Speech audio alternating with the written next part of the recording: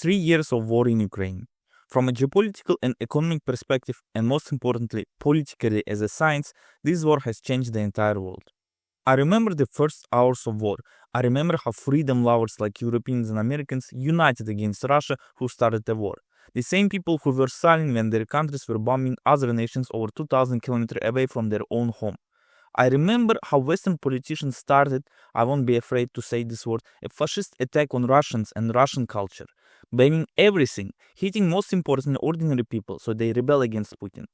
I remember how Western politicians used all sorts of excuses for their fascist actions in order to fight the so-called dictatorship and defend democracy. I remember how everything started with embargoes against Putin, but not Russia and Russians, and now how everything changed.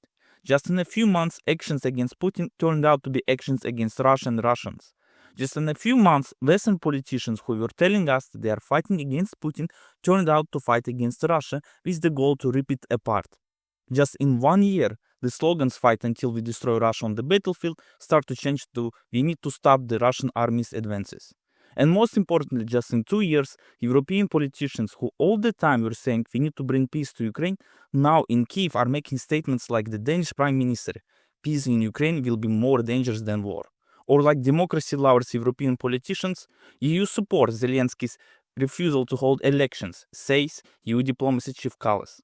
From fighting against dictators, then to Russia and the Russian people, this war transformed to fighting against peace in Ukraine and stop the stealing of money together with Zelensky while ordinary people die every single day.